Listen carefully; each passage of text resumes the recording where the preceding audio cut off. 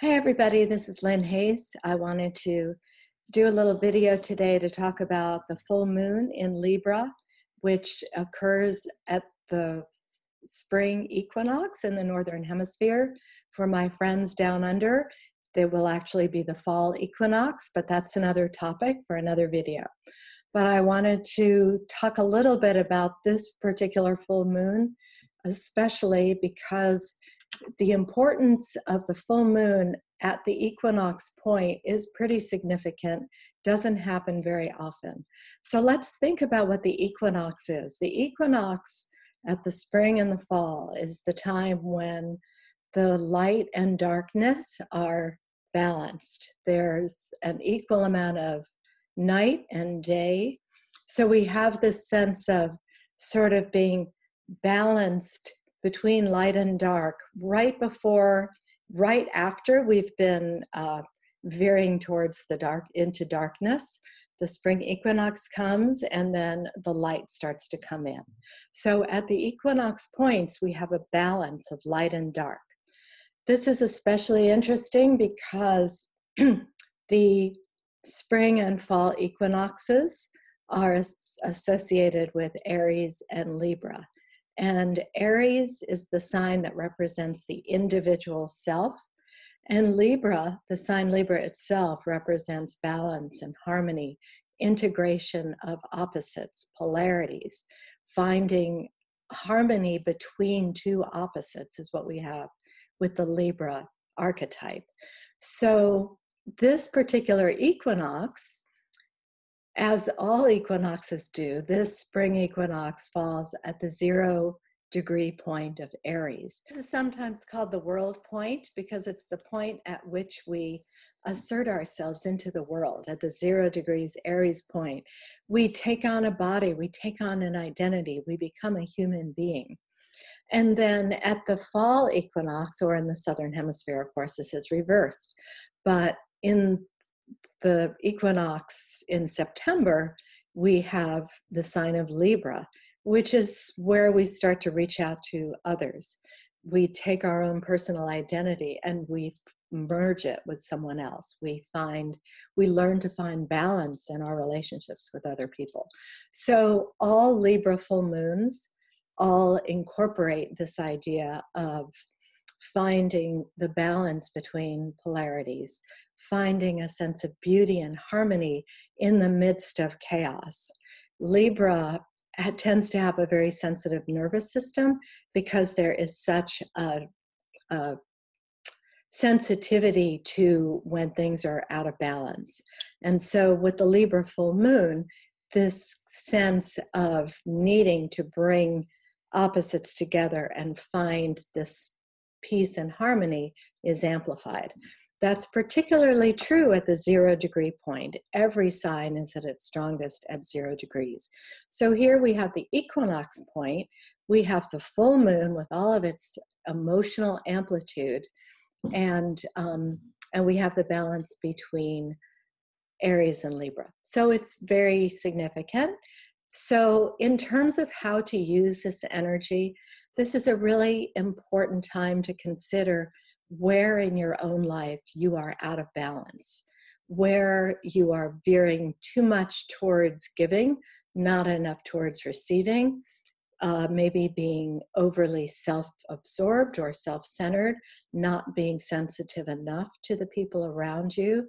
There's always a question with Aries and Libra, how to balance our own needs, which is the Aries point, with our need to be connected to other people in a way that's peaceful and harmonious.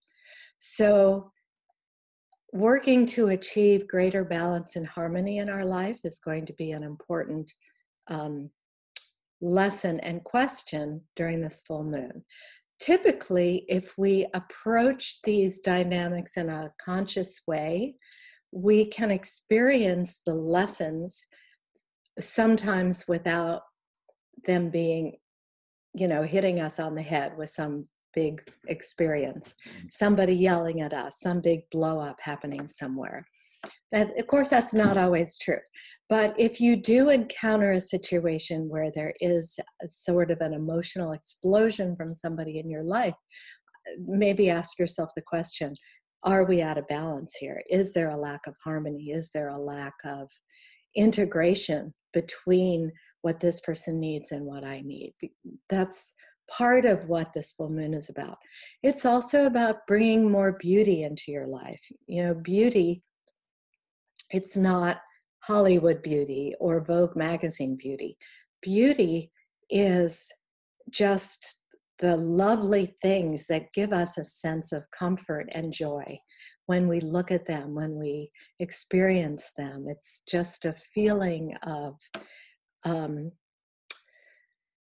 love and having things around you that really speak to you, you know, not just things that just have status or no real personal meaning, but things that are important, things that fill your own heart with love and joy. That's really the kind of beauty that Libra is about.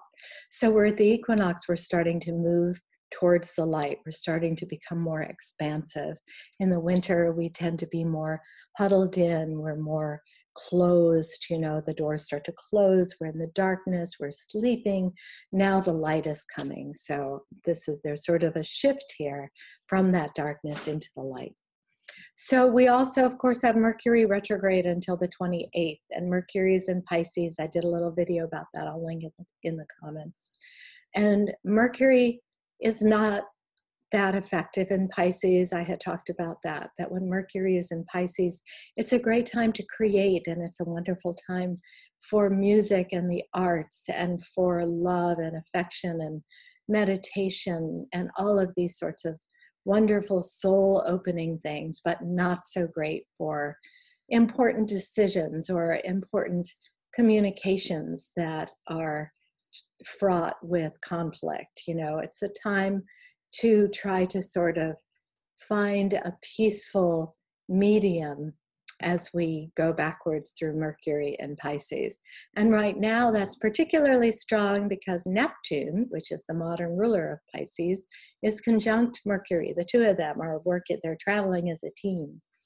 And so Neptune enforces this sort of cloudiness with Mercury and Pisces, which makes it such a joke that there's all these very important political discussions going on right now. Astrologers are just laughing. So there's so much more we could talk about. We could talk about Uranus, which has now moved into Taurus. We could talk about Chiron and Aries, which actually I do want to talk about that because Chiron is an important part of this full moon. Chiron is conjunct the sun now. And so Chiron is opposite the moon. Chiron, it was discovered in the late 1970s. Maybe I'll do a video about Chiron. But Chiron's job or role in the astrological pantheon is to bring up old wounds so that they can be healed. So Chiron can expose our sore psycho-spiritual, emotional places where we've been abandoned, where we feel neglected, where we have great sadness. So with Chiron so important in this full moon, it's quite possible that you may find yourself with sort of an eruption of sadness that you didn't even know was there. And for those of you who are experiencing great sadness, those of you who recently lost a loved one, those of you who are mourning people that maybe you've lost, you know, many years ago that you just haven't really recovered from, this could bring up a lot of emotion. The positive thing about that, nobody really likes to feel all that pain, but the more we can feel, the more we can heal. I think it was Wayne Dyer who said that, and it's really so true. So if you can use this chironic eruption and magnetic force that's bringing all of these emotions up to the forefront so that you can just express them and release them and maybe do a little ceremony around them. It can be a time of tremendous healing as you strive to regain more balance and more harmony in your life. So I wish you all a fantastic full moon and a wonderful equinox, and I'll see you next time. Thank you.